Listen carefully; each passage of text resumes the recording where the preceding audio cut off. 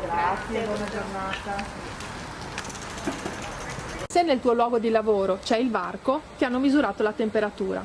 Una volta superato il varco, puoi raggiungere il luogo in cui normalmente metti la tua bicicletta e la puoi chiudere come tutte le altre volte. Usa il tuo lucchetto e procedi con le azioni che hai sempre svolto. Dopo aver terminato, puoi entrare in servizio.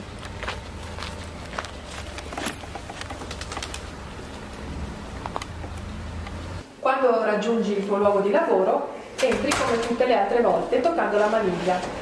Questa volta però non puoi dimenticarti di igienizzare le mani, perché la maniglia è uno di quegli oggetti che toccano tutti.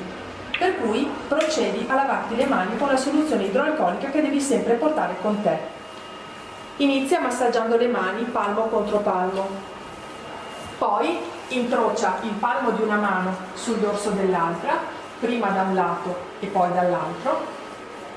Non dimenticare la parte laterale delle mani con il pollicione, prima da un lato e poi dall'altro. Infine, non dimenticare di incrociare i polpastrelli delle dita, prima da un lato e poi dall'altro. E infine, di lavare il palmo di una mano con i polpastrelli delle dita dell'altra mano, prima da un lato e poi dall'altro.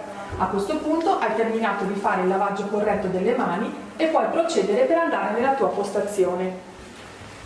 Non dimenticare però di usare acqua e sapone e di lavarti le mani almeno una volta all'ora.